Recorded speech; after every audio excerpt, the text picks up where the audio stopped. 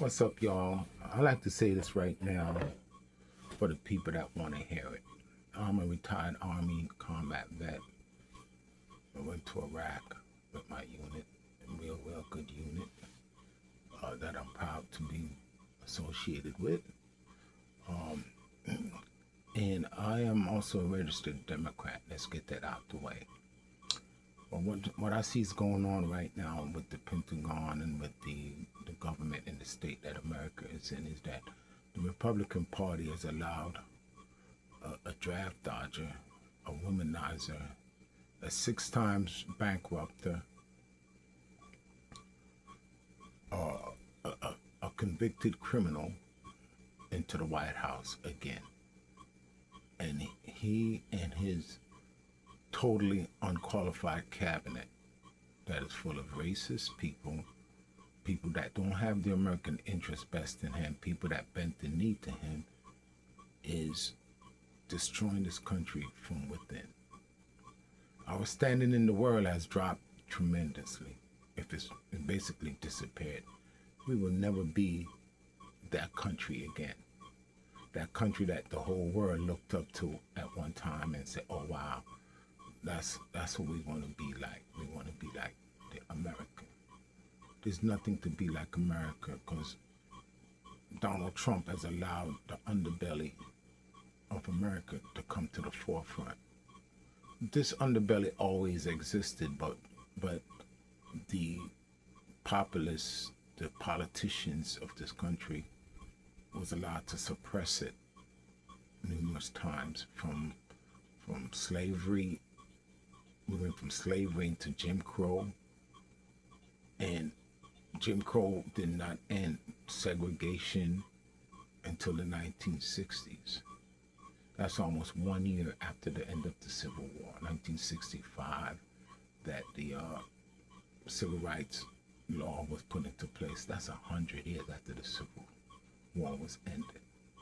Now, this particular president said, we want to go back to when America was great again. When was America great? Was America great when we had slavery? No. Was America great when we had Jim Crow and segregation? No. America was great for if you was Caucasian and white, but it wasn't great for no one else. Every single demographic in this world helped build America. America is a country of immigrants that came here and worked their butts off together to build this country up. The Chinese immigrants came in the 1800s and helped build the railroads. The blacks came here as indigenous slaves, indigenous servants, and ended up being slaves and helped build up this economy. All of America's music that is now worldwide popular can trace their heritage back to the African American community. Rap, clothing, design, everything, jazz music, okay, can go back to the African American community. We helped build so many things. We invented so many things. And so did other demographic, other people that came from different parts of the world who came here and helped build this country. The Irish immigrants came in and helped build the New York City skyline, and also the Chicago skyline, the high-rise buildings in the 1920s and all that stuff. So everybody contributed to this. But the underbelly of America was that it was a segregated country. So it was not great. It was not great.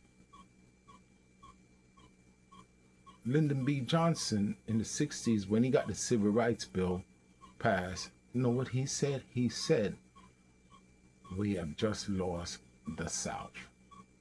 And all those Democrats that was called Dixiecrats switched parties and became the Republican Party. And that was the switching, that was a complete switching of the two parties. It started under Roosevelt and it complete its transformation under Lyndon B. Johnson. The Democratic Party became what the Republican Party was, and the Republican Party became what the Democratic Party was. So Trump want to go back to say, let's make America great again. So America was great during segregation and Jim Crow and lynching. No, America wasn't great then. America was only great on the outer, but on the inner belly, it was a very racist and segregated country. And a lot of brave Americans went and changed that. Brave Americans, I talk about white Americans and black Americans and Jewish Americans and Catholic Americans, went and tried to change that and did succeed in changing it. And now this man, who is a draft dodger, who is a womanizer, who has no love for this country whatsoever, if it doesn't grease his pocket, is destroying it from the inside out. He's the first person to become president of the United States where his home city and his home state did not vote for him twice. Twice. Pete Hegseth, the Secretary of Defense, went in there, and the first thing he did, he says, oh no, we can't have a black man again at the chairman of the Joint Chiefs, so I'm going to fire him. Pete Hegseth cannot even shine General Brown's boots. Pete Hegseth can't even shine that female admiral's boots. Pete Hegseth can't even shine that female admiral of the Coast Guard boots. Every single general that he fired, which was 8 of them, he's not even on their level. He's not even on their level. Totally unqualified. Totally unqualified. And I like to add that in this midterm, our vote does matter. I want everyone here, whether you're independent, whether you're a Republican, whether you're a Democrat like me, to go up in those booths and vote these idiots out of office. Take away the power from them, from the Congress, because they don't know how to govern. Take away the power from them in the Senate, because they don't know how to govern. These people are just rubber stamping everything that this man is doing, and they don't see it, how they destroying this country. This man went in front of the United Nations and praised himself, talk about he ended 7 wars in 7 months. Think about that. Think about what he just said at the United Nations. So this midterm that's coming up is very, very important. This is the midterm that either or is going to save this country or start the process of rebuilding this country. Will we ever have our place in the world like we had before Trump got in there as the leader of the free world again? No, that is gone forever. We will never get that back. We will never, ever be looked at that way ever again. And we have the Republicans to thank for it, and we also have the Republican-controlled Supreme Court to thank for that. The Supreme Court told this man he's immune from everything. That means that he's above the law. A governor of the state where I'm from, where I now live, he is in the executive branch at the state level. And if he does anything contrary to the law, he can be prosecuted because he's not above the law. But the president can break the law as long as he said it was an official duty. And he cannot be prosecuted. That makes no sense to me. 在竞争 VP 的关键档 That 口， makes no 爆出 sense 冯 to 凯的 me 黑料。 whatsoever. That the president is above the law and the Supreme Court has rubber stamped everything that he's tried to do. The lower courts is trying to stop him, but the Supreme Court is saying, no, your lower courts, y'all can't stop him because he's one of us. He put me in here. He one that nominated me. Amy Coney Barrett, he nominated me. Gorsuch, he's nominated me. Kavanaugh, he nominated me. That's why I'm here, so I owe him. Y'all don't owe him nothing. Y'all need to go by the law, go by the Constitution, and rule on that. Not rule because Donald Trump put y'all in there. And if y'all sit up there and thinking that the general public in the United States don't look at y'all that way, then y'all fooling yourself. The general public, by a large majority, say that this Supreme Court is in the pocket of the president. They will rubber stamp anything he wants. This Supreme Court has the lowest rating and trust of the American people ever.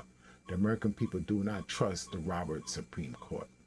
So with that said, I'm telling you once again, Trump and his cronies is destroying this country from within. Every great empire and from within. Every great empire and from within. This man refuses to go to Vietnam and said he got bone spurs 6 times.